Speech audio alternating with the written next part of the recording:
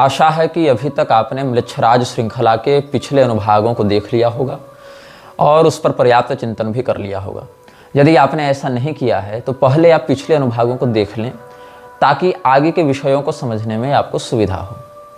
ये समस्त अनुभाग आपस में क्रमशः जुड़े हुए हैं और पिछले अनुभागों को देखे बिना यदि आप सीधे आगे के अनुभागों की ओर बढ़ते हैं तो बहुत से विषयों को समझने में आपको समस्या होगी या बहुत सी ऐसी शंकाएं आपके मन में उठ सकती हैं जिनका समाधान पिछले अनुभागों में किया जा चुका है। हम बात करेंगे आर्य समाज पर, किंतु आर्य समाज से पहले हम अरविंदो के विषय में कुछ बातें बताना चाहते हैं। ऐसे हमारे बहुत से दर्शकों ने टिप्पणियों में अरविंदो के विषय में प्रश्न भी किया है कि उनके विषय में आपका क्या मत है, या क्या वो म्लेच्छराज से जुड़े हुए थे, क्या उनके जीवन में कोई ऐसा षड्यंत्र या ऐसा रहस्य है जो बाहर से नहीं दिखता लेकिन अंदर से था। क्योंकि जब हमने इस्कॉन पर वीडियो बनाया, योगानंद पर वीडियो बनाया, तो महेश योगी पर बनाया, तो बहुत से लोगों के मन में जो इनकी एक छवि बन चुकी थी कि ये सब कोई सिद्ध महापुरुष क्रांतिकारी रहे, ये टूटी। इस छवि का विध्वंस हुआ और इस छवि के विध्वंस से ये लोग उनके षड्यंत्र से निकलने में सफल हुए। यद्यपि बहुत से लोग इस मंदबुद्धिता के स्तर पर हैं कि वो इस श्रृंखला को सुनने के बाद भी द्वेष से घिर जाते हैं कि ये हमें गाली दे रहा है। गाली नहीं दे रहा हूं, तुम्हें तुम्हारे शिकारी के चंगुल से निकाल रहा हूं। जिन लोगों को तुम महान समझकर, जिन लोगों को तुम भक्त और संत समझकर जिनके पीछे जा रहे हो, उनका काला सच ये है, ये बता रहा हूं। आर्य समाज के विषय में भी बताने के पीछे मेरा उद्देश्य यही है कि जिन आर्य समाजियों को भी आर्य समाज की स्थापना से जुड़े, आर्य समाज के विस्तार से जुड़े, आर्य समाज को कहां से फंडिंग मिलती थी, वो स्पॉन्सर्स किस प्रकार की विचारधारा के थे, उनका मोटिव क्या था, इसको नहीं जानते।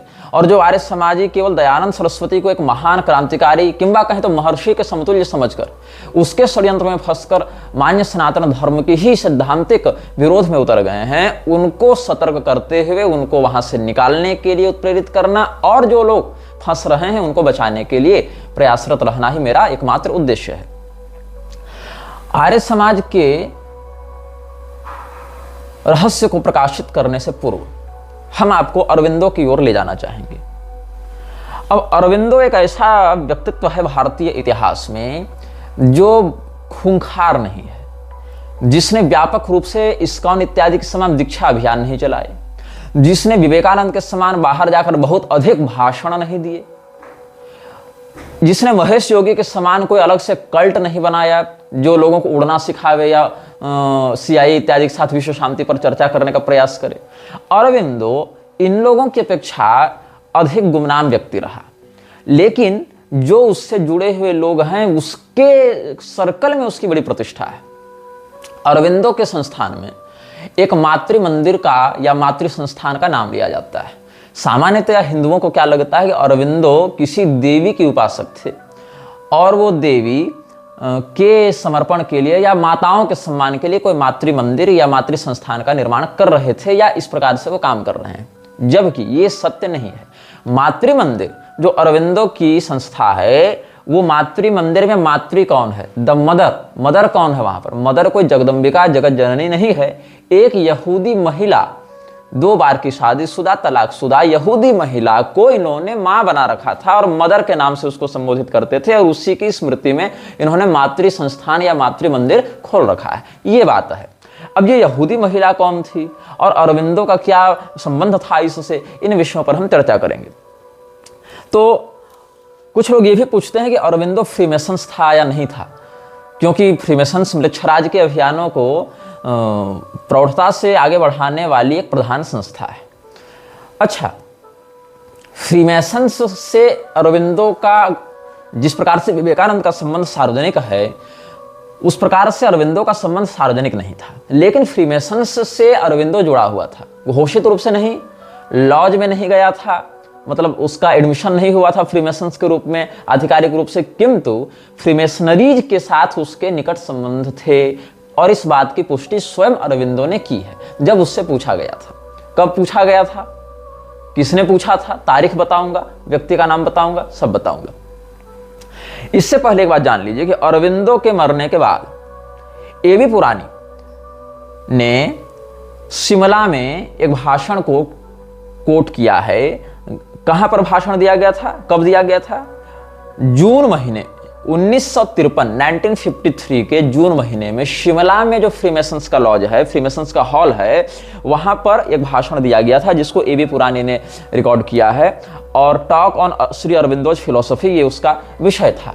तो फ्रीमेसन्स के हॉल में आधिकारिक रूप से होने वाले सेमिनारों में अरविंदो के विषयों पर, अरविंदो के व्याख्यानों पर या अरविंदो के चिंतन पर व्याख्यान होते रहते हैं, जिसमें एक उदाहरण हमने आपको दिया।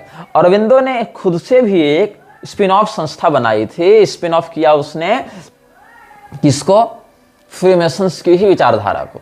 किंतु उसमें पॉइंट जोड़ा गया कि हमारी इस संस्था के जो भी सदस्य बनेंगे, हमारी इस गुप्त संस्था के जो मेंबर्स बनेंगे, वो एक प्रतिज्ञा लेंगे कि हम भारत भूमि को अंग्रेजों से मुक्त कराएंगे। क्योंकि कहीं न कहीं यद्यपि विश्व युद्ध आदि के समय अरविंदो ने, प्रथम विश्व युद्ध के समय अरविंदो ने अंग्रेज सरकार के विरुद्ध कोई कार्रवाई नहीं की थी, अपितु अपेक्षाकृत सहयोग ही दिया था, और अरविंदो से जुड़े लोगों ने अंग्रेजों का साथ भी दिया था। किंतु अरविंदो ने जो संस्था बनाई थी, उस संस्था में जो व्यक्ति सम्मिलित होता था उसको एक शपथ लेनी होती थी कि we will make the Indians free from British rule, हम भारतीयों को अंग्रेजी सत्ता के शासन से मुक्त कराएंगे। यद्यपि मुक्त कराने के लिए इन्होंने क्या किया, इसकी कोई आधिकारिक जानकारी सार्वजनिक रूप से प्राप्त नहीं होती है। कहा जाता है कि ये लोग सामूहिक रूप से ध्यान करते थे और ध्यान शक्ति के माध्यम से ये अंग्रेजी सरकार के विरुद्ध ब्रह्मांडीय ऊर्जा को चेतना युक्त करते थे, उसको प्रकाशित करते थे, ये इनका दावा था। और इस संस्था का नाम रखा गया था लोटस एंड डैगर सोसाइटी। कमल और ऊपर में खंजर का निशान होता था, खंजर का चिन्ह होता था। तो लोटस एंड डैगर सोसाइटी के विषय में आपको गूगल इत्यादि पर भी बहुत कुछ मिल जाएगा। किंतु एक पक्ष यह भी कहता है कि लोटस एंड डैगर सोसाइटी वस्तुतः बैफोमेट के माथा का ही एक परावर्तित रूप है। अस्तु, हम इस विषय पर अधिक चर्चा नहीं करेंगे क्योंकि लोटस एंड डैगर सोसाइटी हमारा प्रधान उद्देश्य नहीं है। हमारा प्रधान उद्देश्य है अरविंदो एंड द मदर। तो हम पहले अरविंदो के विषय में चर्चा कर रहे हैं आपसे। अरविंदो से निरोधवरन ने जो वार्तालाप किया था, निरोधवरन ने पुस्तक भी लिखी है टॉक्स विथ अरविंदो के नाम से। शाम को 5:30 बजे, ठंडी का समय था तो लगभग 5:30 बजे तो सूर्यास्त ही हो जाता है।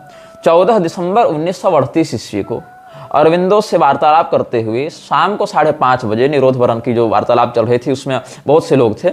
तो मणिलाल डॉक्टर का अरविंदो से संवाद यहाँ पर रिकॉर्ड किया गया है। मणिलाल पूछता है, what do you think of madam Blavatsky.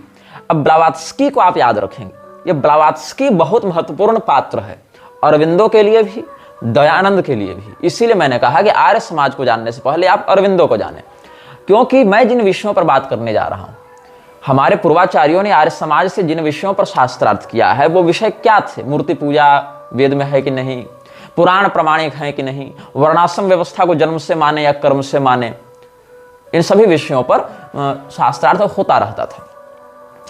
और जिन विषयों पर शास्त्रार्थ हो रहा है उन विषयों में कई बार पराजित होने के बाद भी आर्य समाज पुनः 10-20 साल के बाद उठकर वही कुतर्क करने लगता है।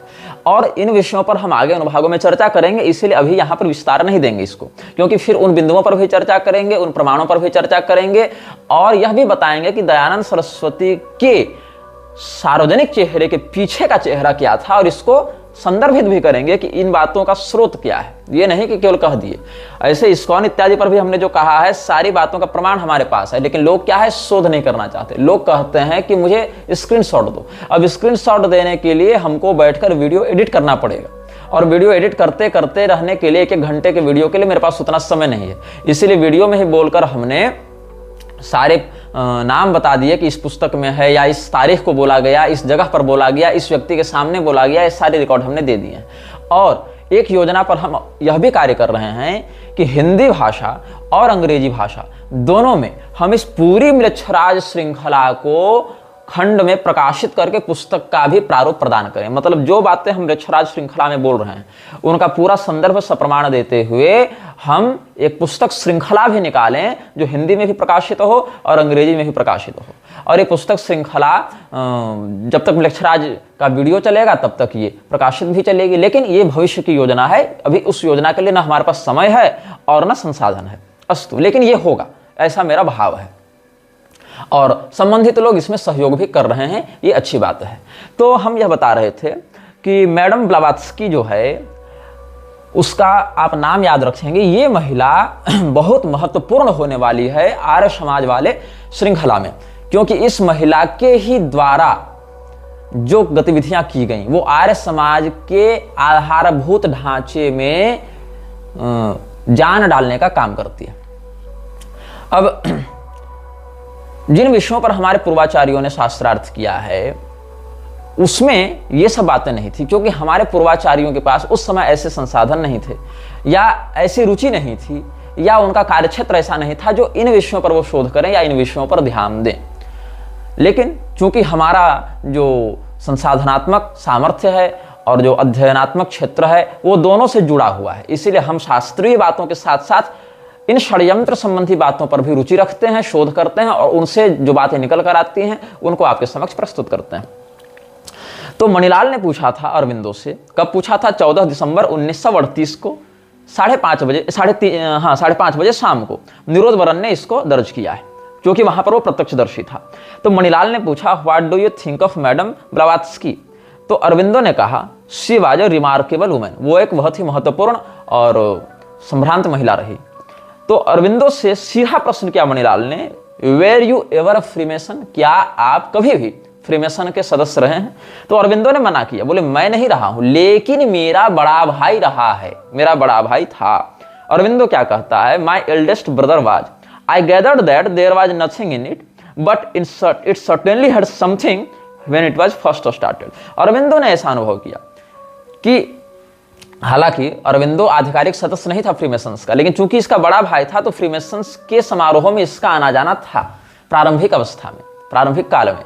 और इसने यह अनुभव किया, अपना अनुभव बताया कि फ्रीमेसन्स में बात तो थी, कोई दम तो था, लेकिन पहले की तुलना में अभी वो बात उसमें नहीं रही। पहले के जो सिद्धांत थे, पहले की जो कार्यशैली थी, उसके सापेक्ष वर्तमान जो फ्रीमेसनरीज हैं उनमें वो दम हमें नहीं लगता है पूर्वों की तुलना में, पूर्वजों की तुलना में। तो फिर इसने कहा, कैग्लियोस्त्रो के बारे में तुम जानते हो क्या? कैग्लियोस्त्रो एक बहुत ही रहस्यमयी फ्रीमेसन रहा है, बहुत ही महत्वपूर्ण फ्रीमेसन रहा है। तो क्या कहता है, have you heard of Cagliostro? He was a mystic freemason with a great prophetic power.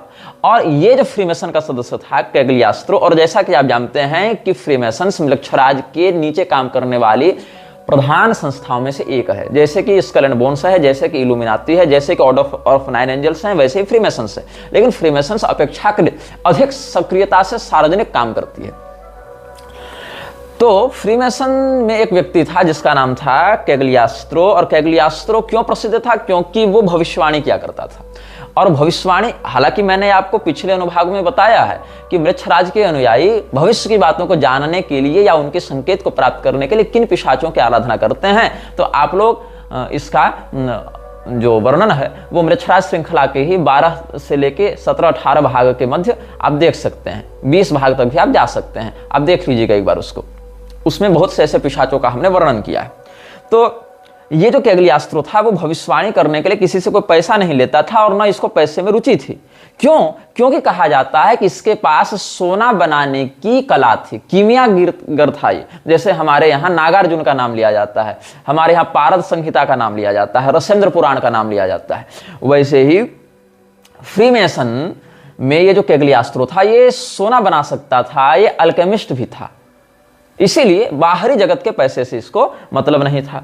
तो इसने बहुत सी भविष्यवाणियां की थी, जैसे कि फ्रांस की क्रांति की कैग्लियोस्त्रो ने भविष्यवाणी की थी, जैसे कि बास्ती में कब्जा करना और राजा और रानी को गुलेटिन से काट देने की इसने भविष्यवाणी की थी। इसने भविष्यवाणियों में यह भी बताया था, मतलब बताता था कि जैसे घोड़े की रेसिंग हो रही है तो कौन सा घोड़ा जीतेगा। तो इससे क्या होता था, इसकी भविष्यवाणी का आश्रय लेकर लोग घोड़े पर दांव लगाते थे, खूब पैसा कमाते थे। लेकिन इससे क्या हो गया, ये संकट में पड़ने लगा, क्योंकि जब घोड़े में रेस हो रही है घोड़ों की और ये पहले ही बता देता था कि ये वाला घोड़ा जीतेगा तो लोग उस पर दांव लगाते थे। इससे एक फेयर चांस ऑफ बिडिंग का खत्म हो जाता था मामला। इसीलिए जो लोग हारते थे वो कैग्लियोस्त्रो के दुश्मन होने लगे। फलस्वरूप क्या हुआ, कैग्लियोस्त्रो को उसके विरोधियों ने षड्यंत्र करके फंसाया, जेल में डाला और वहीं पर वो मर गया, ये कैग्लियोस्त्रो। ऐसे ही एक और महत्वपूर्ण व्यक्ति जो फ्रीमेसन्स से जुड़ा हुआ था, यहूदी था और फ्रीमेसन्स का सदस्य था, इसका नाम था नोस्ट्राडामस। अब नोस्ट्राडामस के समय फ्रीमेसन्स इस प्रारूप में थे या नहीं थे, ये विवाद का विषय है, क्योंकि फ्रीमेसन्स ये शब्द कितना प्राचीन है ये भी चर्चाओं में विवाद का विषय रहा। इल्यूमिनाती, फ्रीमेसन्स, ये सब जो टर्म्स हैं ये किस समय से आए। लेकिन बात ऐसी है कि जो ग्रुप है, ग्रुप ऑफ पीपल, वो तो पुराना है, जो कार्य प्रणाली है वो तो पुरानी है, इसकी रीब्रांडिंग की जाती है बार बार अलग अलग समय में। तो ये भी उसी गिरोह का सदस्य था। कौन? नोस्ट्राडामस। और नोस्ट्राडामस यहूदी था। तो ये क्या कहता है, have you heard of Nostradamus? No, he was a जू।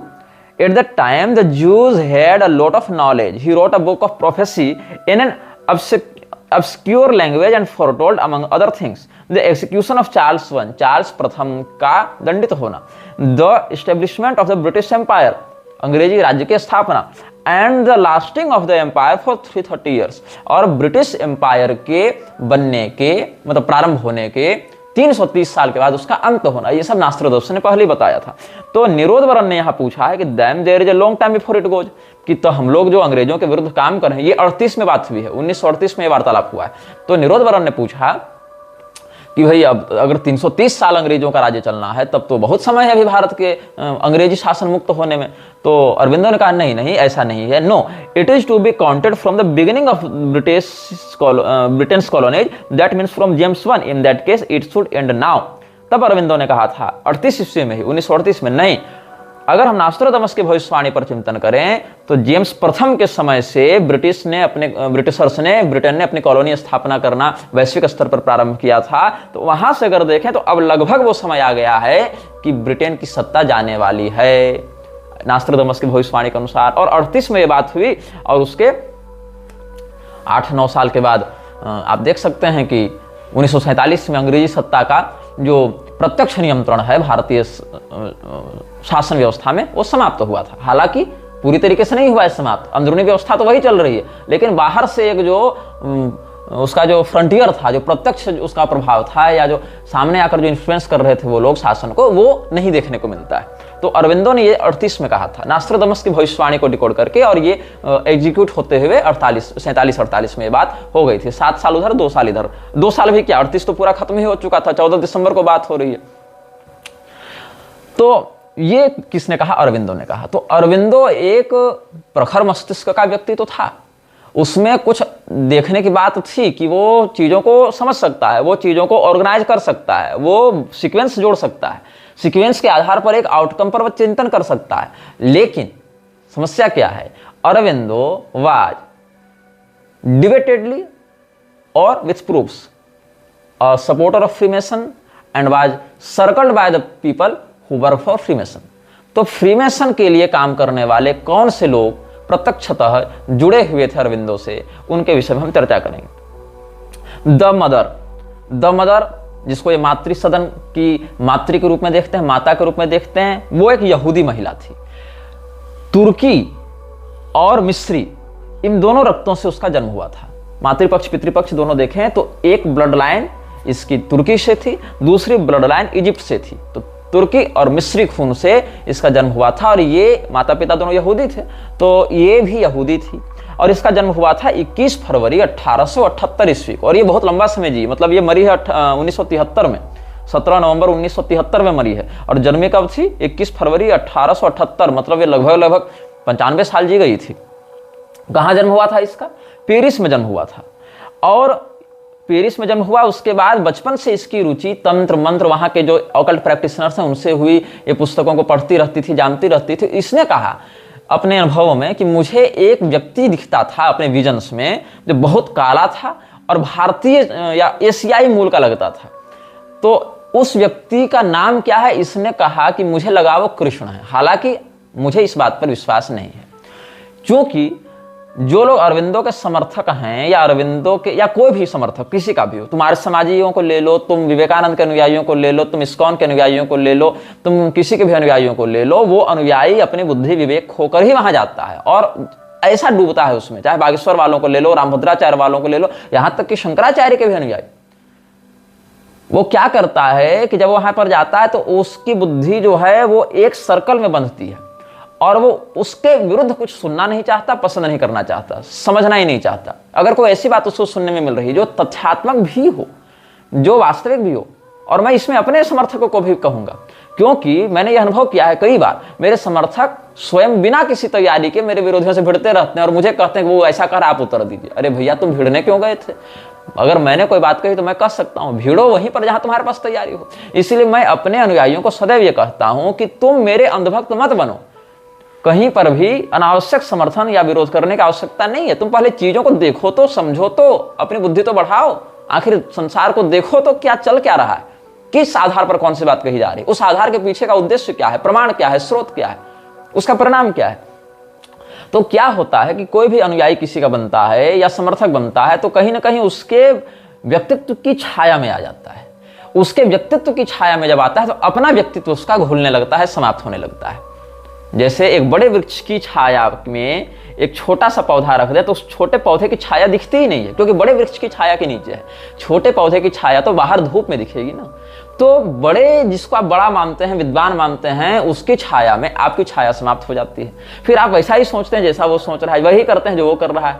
आपका स्वतंत्र भाव वहां पर नहीं रह पाता। हाँ, ये अवश्य है, शास्त्रीयता ही सर्वोपरि है। शास्त्रीय चिंतन के इतर कृत्य अकल्याणकारी है, किंतु जहां कोई बात कही जा रही है वहां कम से कम तथ्यों पर चिंतन अवश्य होना चाहिए कि ये जो कह रहा है उसके कारण क्या है, उसके स्रोत क्या है, उसके परिणाम क्या है, उसका उद्देश्य क्या है, ये सब भी देखना चाहिए। तो क्या होता है कि जिसको आप महान मानते हैं उसके विरुद्ध कुछ नहीं सुन पाते, और जब सुन नहीं पाते तो अगर सामने वाला कोई तथ्यात्मक बात भी कह रहा है तो आप उसका विरोध करने लग जाते हैं। जैसे एक बार क्या हुआ, मैंने ट्विटर पर विद्या बालन और कविता कृष्णन इत्यादि को खूब गालियां दी थी। क्यों गालियां दी थी? क्योंकि समाज में अश्लीलता फैलाकर फ्री सेक्स की डिमांड करके वो हिंदुओं की मूल संस्कृति पर ही आघात कर रहे थे, तो हमने ठीक ठाक गालियां दी थी। अब मेरे विरोधियों ने उसका स्क्रीनशॉट लेकर प्रसारित करना आरंभ किया कि ये तो स्त्रियों को गाली देता है।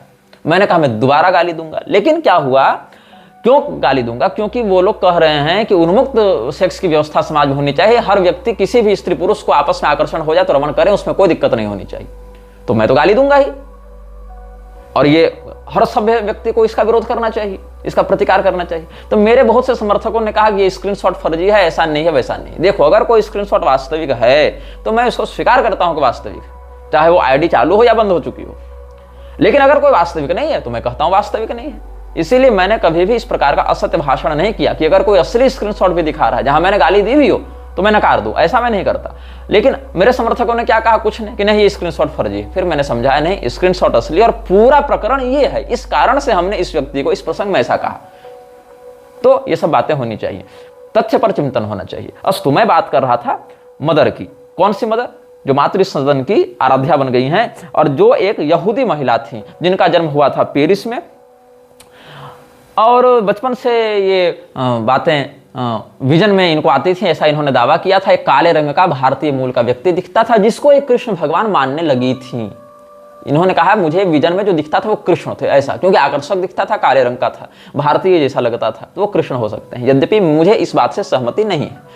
हो सकता है कि वो कोई पिशाच भी हो, असुर भी हो, और वो कोई छलावा भी हो सकता है हेलुसिनेशन भी हो, या हो सकता है कोई वास्तविक सत्ता भी हो, लेकिन वो सीधे भगवान कृष्ण थे, इस बात में मुझे आस्था अभी के प्राप्त प्रमाणों के आधार पर तो नहीं है। अस्तु, अब ये बहुत भटकी, देश विदेश में खूब घूमी, बहुत से लोगों से मिली। मैक्स थियन एक बहुत बड़ा तांत्रिक था उस समय उस क्षेत्र का। मैक्स थियन पिशाचों की खूब आराधना किया करता था, बड़ा अकल्टिस्ट था। तो मैक्स थियन के भी परिचय में आई, और मैक्स थियन के परिचय में एक व्यक्ति और था, उसका नाम था Paul Antoine Richard. Paul Antoine Richard का जन्म हुआ था 21/6/1874 ईस्वी को। इनका जन्म कब हुआ था? मदर का, इसका वास्तविक नाम था मीरा अल्फासा। तो मीरा अल्फासा जो थी वो 21 फरवरी 1878 को जन्मी थी, उनसे 4 साल बड़ा था ये। 21 जून 1874 को, 21 जून ही वह तारीख है जब कुछ पिशाचों की विशेष आराधना करते हैं हम लक्षराज के अनुयायी। 21 जून को ही, उसी दिन इसका जन्म भी हुआ था। कब हुआ था? 1874 की 21 जून को हुआ था।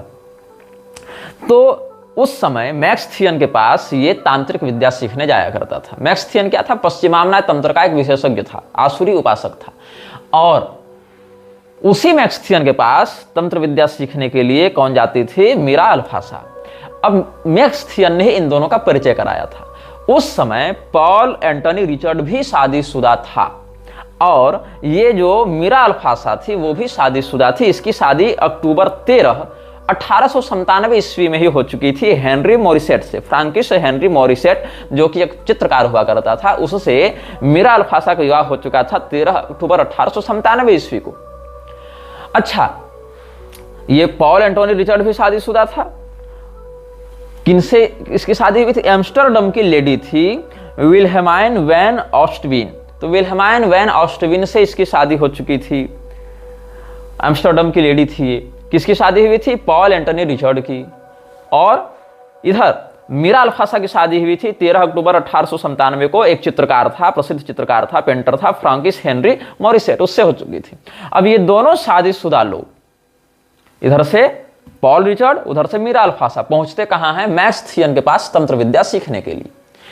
मैक्स थियन जो है इन दोनों की मित्रता कराता है और अपने अपने पार्टनर्स को तलाक देकर ये दोनों आपस में शादी कर लेते हैं। समझ रहे हो कनेक्शन? अब यहां पर मजे की बात क्या है कि मैक्स थियन स्वयं भी फ्रीमेसन्स का एक समर्थक सदस्य था एवं ये जो पॉल रिचर्ड है उसने 1905 ईस्वी में आधिकारिक रूप से फ्रीमेसन्स ज्वाइन किया था। ये फौज में भी था, ये लड़ता भी था, विश्व युद्ध में इसने भाग भी लिया था, प्रथम विश्व युद्ध में पॉल रिचर्ड ने। तो ये शादी कब हुई थी? 1905 में फ्रीमेसन्स में जुड़ा था। फिर मैक्स थियन के साथ इसने तंत्र विद्याएं सीखने प्रारंभ की। उसी समय मीरा अल्फासा से इसकी भेंट हुई। तो मीरा अल्फासा ने तलाक दिया फ्रांकिश हेनरी मॉरिसेट को और पॉल रिचर्ड ने तलाक दिया विल्हेमाइन वैन ऑस्टविन को। दोनों ने आपस में शादी कर ली। कब शादी की? 1911 ईस्वी में शादी की। अब जब शादी की तो साथ में रहने लगे। पहले तो मिलता जुलता संबंध था इनका कि मैक्स थियन के यहाँ जब आ रहे हैं आपस में मिल रहे हैं, लेकिन जब शादी की तो साथ में रहने लगे। अब साथ में रहने लगे तब खुली आंख किसकी? मीरा अल्फासा की। उसने क्या दर्ज किया है? The mother believed him an asuras incarnation. इसको लगा, ऐसा विश्वास हुआ मीरा अल्फासा को उसकी गतिविधियों से, उसकी क्रियाओं से, उसके व्यवहार से कि ये तो मनुष्य नहीं है, ये तो मनुष्य के रूप में किसी असुर से आविष्ट है, या किसी असुर का जन्म लगता है।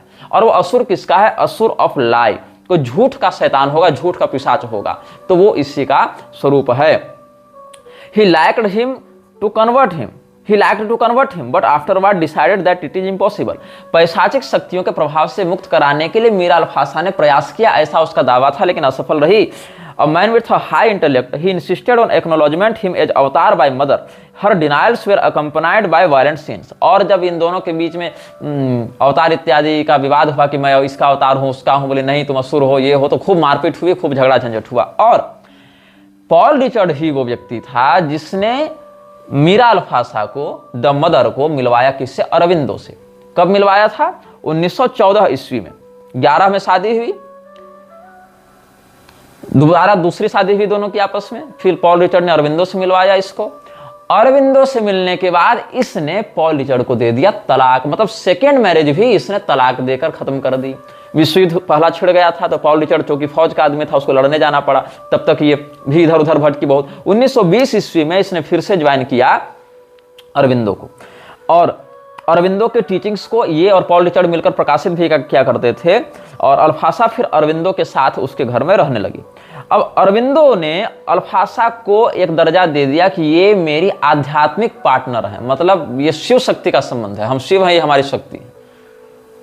बाहर से तो यही कहा गया था, अस्तु हम अभी उसी पर बात करेंगे। तो Aurobindo soon recognised Alfassa as his spiritual equivalent, title her the Mother an incarnation of the cosmic divine mother of the universe. और उसने अल्फासा को क्या कह दिया? ये साक्षात जगदम्बिका की अवतार हैं, जो मदर ऑफ डिवाइन यूनिवर्स हैं, या डिवाइन मदर ऑफ यूनिवर्स हैं, जो इस विश्व को बनाने वाली परम शक्ति जगदम्बिका है, ये उन्हीं का अवतार है। और ये अवतार क्या है? ये अवतार तुर्की और मिस्री खून से जन्मी हुई यहूदी महिला थी, जिसने पहले फ्रांकिश हेनरी मॉरिसेट से शादी की, उसको तलाक देके मैक्स थियन के एक शिष्य जो फ्रीमेसन्स का सदस्य था पॉल एंटनी रिचर्ड, उससे शादी की और उसको भी तलाक देकर अरविंदो के साथ रहने लगी। और अरविंदो ने उसको क्या कहा? ये तो जगन माता जगदम्बिका की अवतार है। अब समझ लो, इससे आगे मुझे कहने की आवश्यकता नहीं है। और कहा गया कि ये जगदम्बिका की अवतार होने के साथ साथ एक और इंकारनेशन है, किसकी? तो इसमें इसके अनुयायी यह दावा करते हैं। अच्छा, ये जो है क्या किया? अल्फासा और अरविंदो दोनों ने मिलकर साथ में प्रवचन करना आरंभ किया, प्रवचन देना आरंभ किया। तो इनका घर ही बन गया धीरे धीरे, आश्रम, पौंडीचेरी इत्यादि में ये सब का संस्थान चलता है। So the Queen Catherine II is considered to be the mother's last incarnation. She did take birth before she was born as Mirra Alfassa. तो इन्होंने एक और बात उड़ाई थी जानकारी में लोगों के कि क्वीन कैथरीन द्वितीय का ये पुनर्जन्म है। कौन? मीरा अल्फासा। और क्वीन कैथरीन द्वितीय कौन थी, अगर आपको नहीं पता है तो मैं बता दूं, रूस में शासन करने वाली, सबसे लंबे समय तक शासन करने वाली कोई सिंगल लेडी हुई हो रानी, तो वो क्वीन कैथरीन द्वितीय थी, जो अपनी मृत्यु पर्यंत गद्दी पर थी, रूस की गद्दी पर थी। तो ये मीरा अल्फासा के उन्होंने दर्जा दे रखा। हालांकि अरविंदो के मरने के बहुत वर्षों के बाद तक मीरा अल्फासा ने अरविंदो के लेखन को, प्रवचन को आगे बढ़ाया है और इसने एक नगर की स्थापना की जिसको कहते हैं ऑरोविल। और ऑरोविल क्या है? मीरा अल्फासा के द्वारा संस्थापित एक ऐसी संस्था है जहां विश्व का कोई भी नागरिक आकर रह सकता है और इसकी जनसंख्या 50,000 है। ऑरोविल के विषय में आपको इंटरनेट पर बहुत जानकारी मिल जाएगी। Auroville is a universal township in the making for a population of up to 50,000 people from around the world. It was founded by Mirra Alfassa.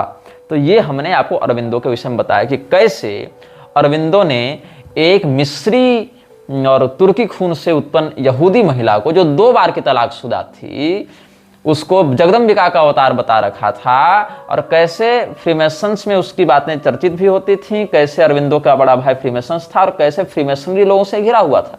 हालांकि अरविंदो ने कोई बहुत बड़ा कल्ट उस समय खड़ा नहीं किया था और न सनातन धर्म के मूल सिद्धांतों के स्पष्ट विरुद्ध जाकर कोई अभियान चलाया, जैसे कि दयानंद ने चलाया, जैसे कि इस्कॉन ने चलाया, वैसा इसने नहीं किया था। इसीलिए इसका प्रभाव उतना नहीं बढ़ पाया और इसीलिए म्लेच्छराज को इसमें ज्यादा रुचि भी नहीं थी। लेकिन इसमें एक योग्यता तो थी जिसको स्वीकार करना पड़ेगा कि ये चीजों को समझ सकता था, ये सीक्वेंसेज को देख सकता था, सीक्वेंसेज के आधार पर किसी आउटकम को ये प्रोफेसाइज कर सकता था।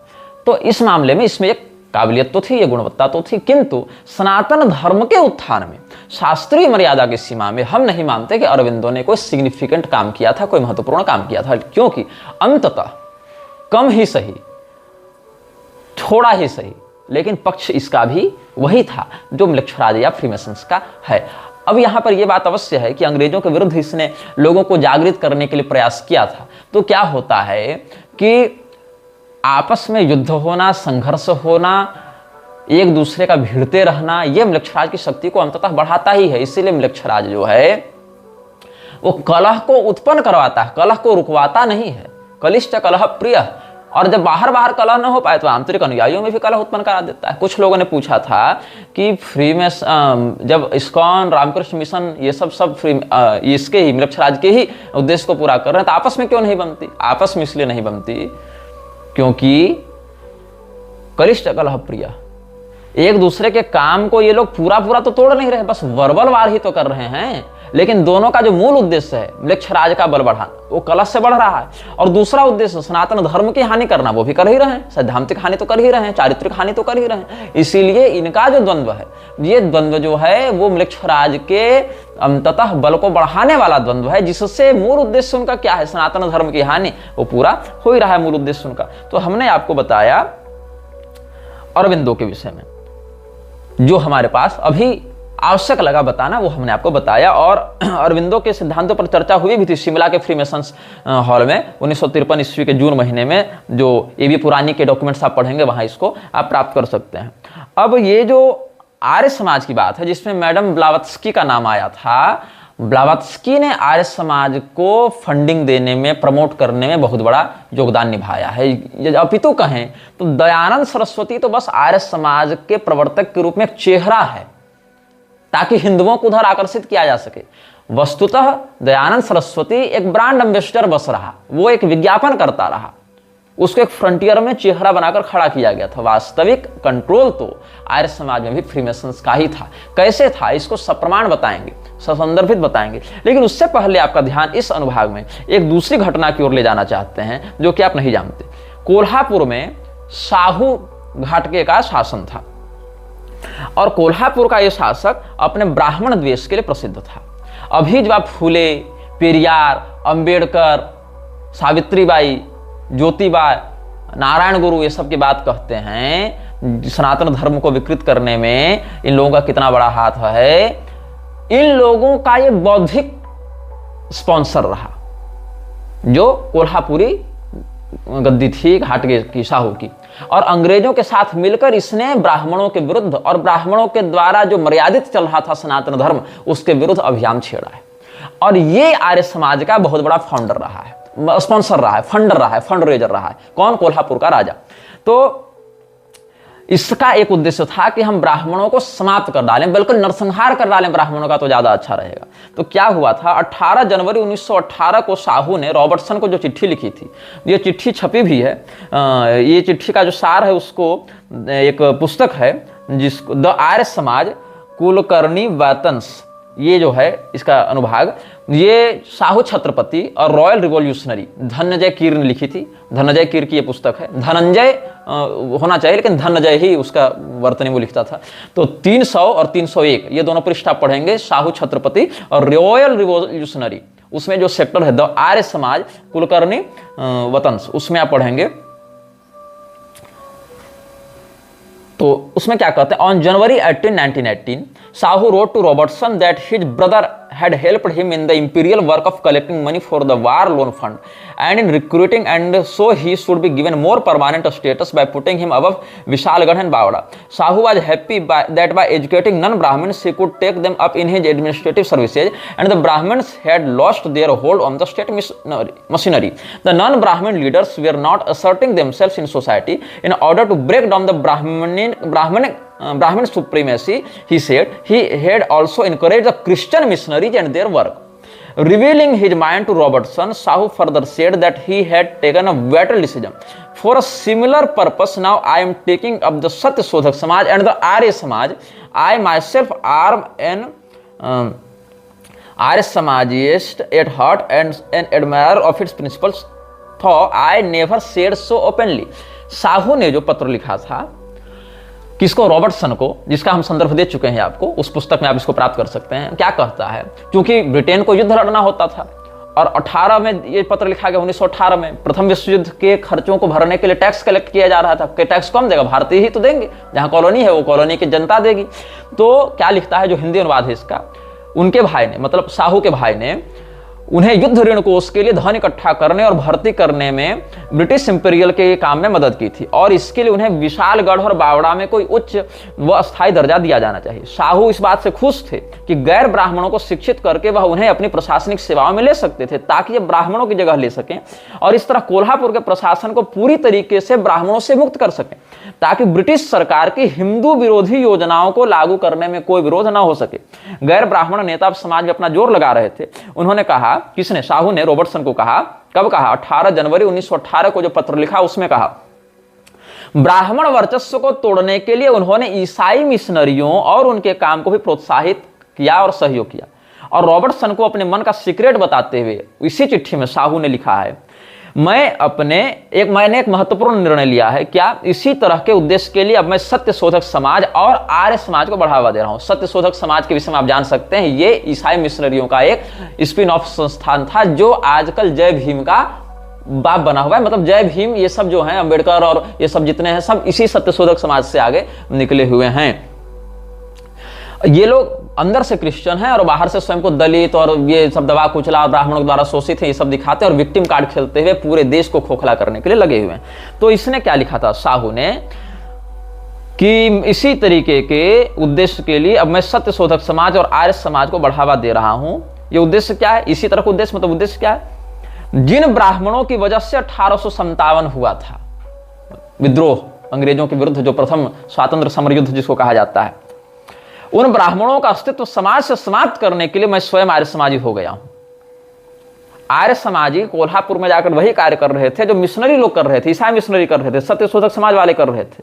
तो जो सत्य शोधक समाज है और मिशनरी हो, भारतीय समाज का सहयोग तो कर नहीं रहे थे, वो तो ब्रिटिश एडमिनिस्ट्रेशन का सहयोग कर रहे थे।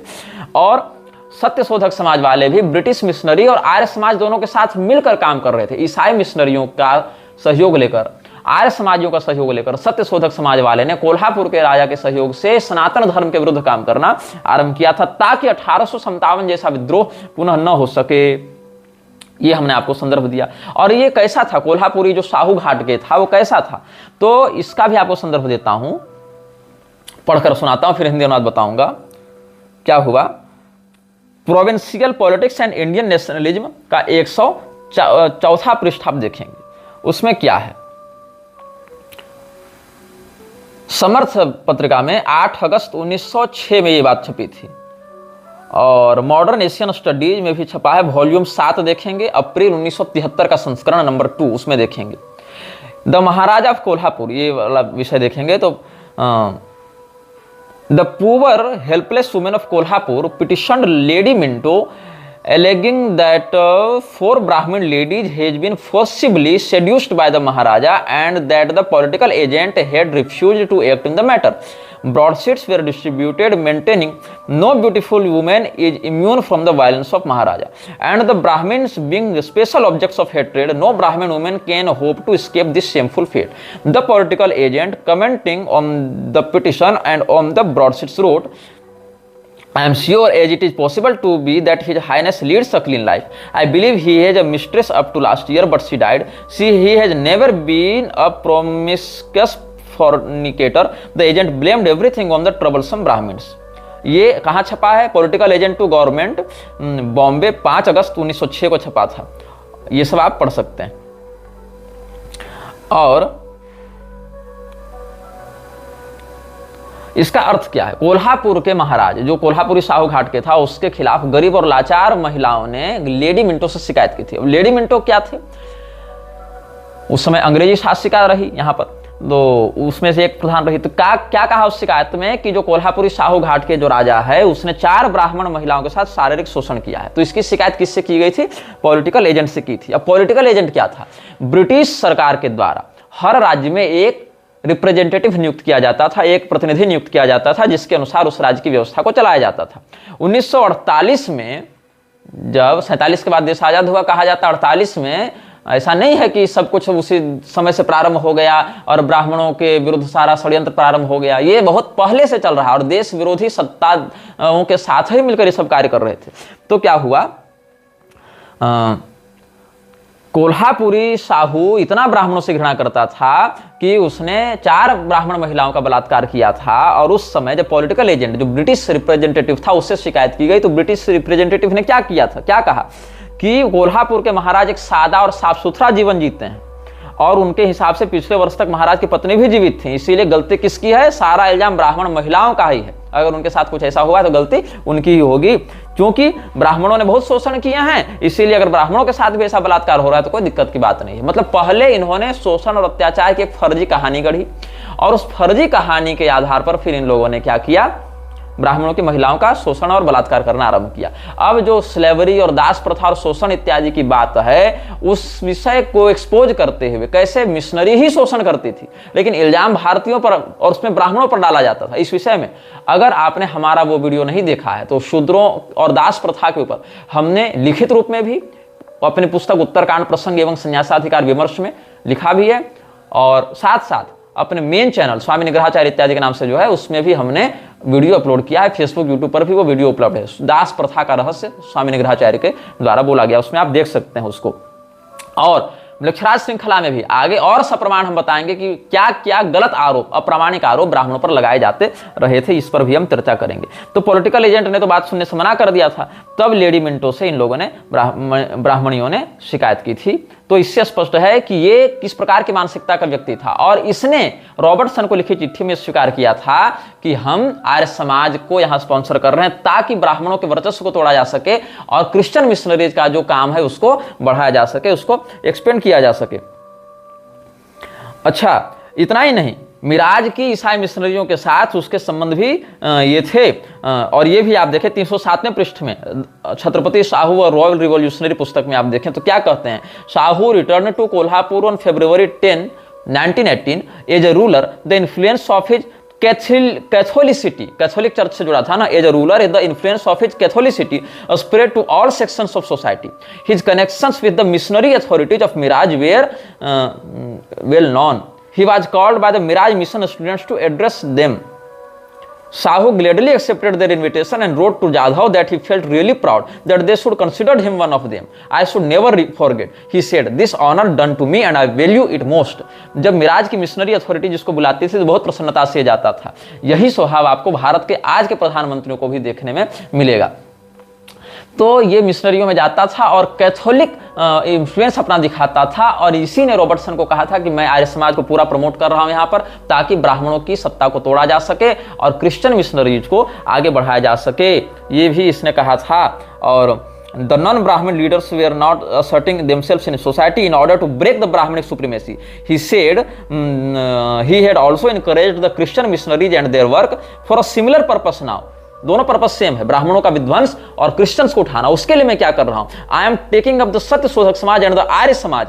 आई myself are an Arya Samajist at heart and an admirer of its principles. मतलब मैं आर्य समाज के सिद्धांतों का प्रशंसक हूं और हृदय से एक आर्य समाजी हूं। यद्यपि मैं इस विषय में सार्वजनिक रूप से कोई बात नहीं कह रहा हूं। दो I never said so openly. ये चिट्ठी में उसने लिखा था। सार्वजनिक रूप से कहता तो लोग उसके षड्यंत्र में नहीं आ पाते, लोग समझ जाते कि आर्य समाज तो ईसाइयों से मिला हुआ है, ये तो ब्राह्मणों को रोककर तोड़कर और क्रिश्चियंस को आगे बढ़ाना चाहता है। अब आप अगर ये कहेंगे कि सत्यार्थ प्रकाश के 13वें 14वें समोल्लास में तो ईसाई और इस्लाम की निंदा की गई है, उनका खंडन किया गया है, उनका विरोध किया गया है, ये बात कैसे, अगर ये मिशनरियों को बढ़ा रहे थे? तो इस प्रश्न का भी उत्तर देंगे आपको, लेकिन आगे के अनुभागों में क्रमशः आपको बताते जाएंगे। अस्तु, अब हम साहू जी के बारे में आपको बता रहे थे कि जो साहू जी था उसने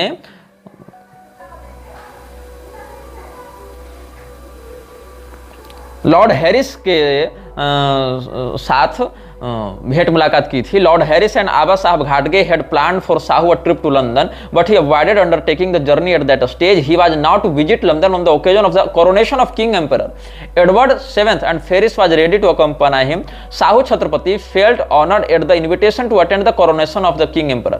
He accepted the invitation with the greatest pleasure, and he was happy that he would be able to meet his friends and well-wishers like Lord Harris, Lord Ray and others. लेकिन इसके बाद जो इसने बात कही है, Shahu's chief object in sponsoring the Arya Samaj in Kolhapur was to break down the Brahmin supremacy which the Satya Shodhak समाज has failed to do. जो सत्य शोधक समाज फुले इत्यादि के अनुसार चल रहा था उस समय, सत्य शोधक समाज जो फुले इत्यादि के अनुसार ब्राह्मणों के विरुद्ध चल रहा था, वो जब ब्राह्मणों के प्रभाव को समाप्त करने में असफल हुआ तो आर्य समाज का आश्रय लेकर ऐसा करने का प्रयास किया गया। इसीलिए आप सुनेंगे, पढ़ेंगे, ये 300 पहले पृष्ठ में ही बता रहा हूं उसी पुस्तक से, the royal revolutionary by Dhananjay Keer.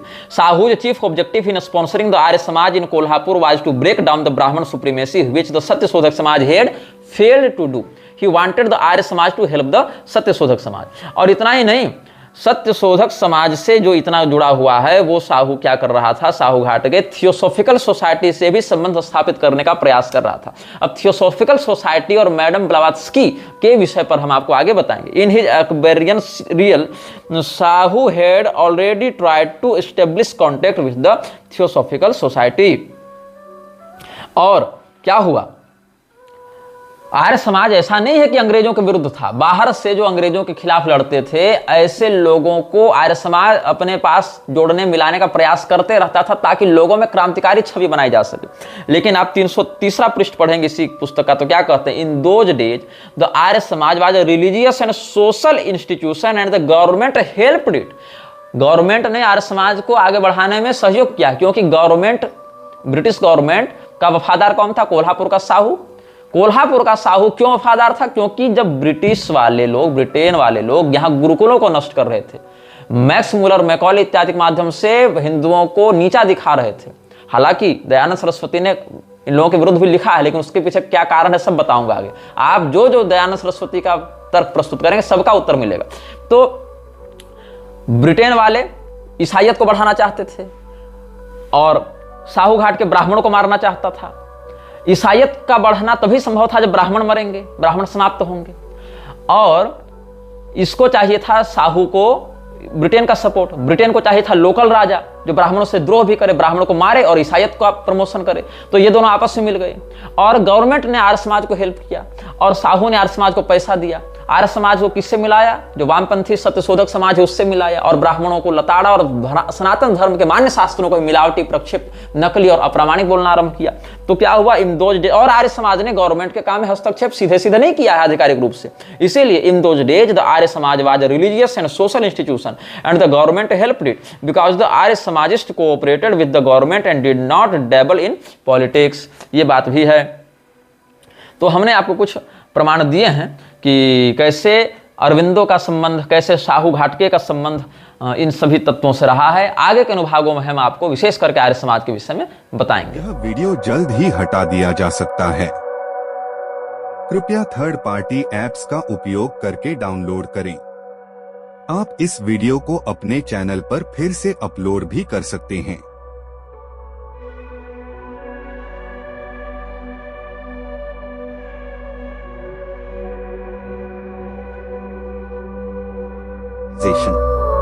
This video may get deleted soon. Please download using third-party apps. You may also re-upload this video on your channels. Thank you.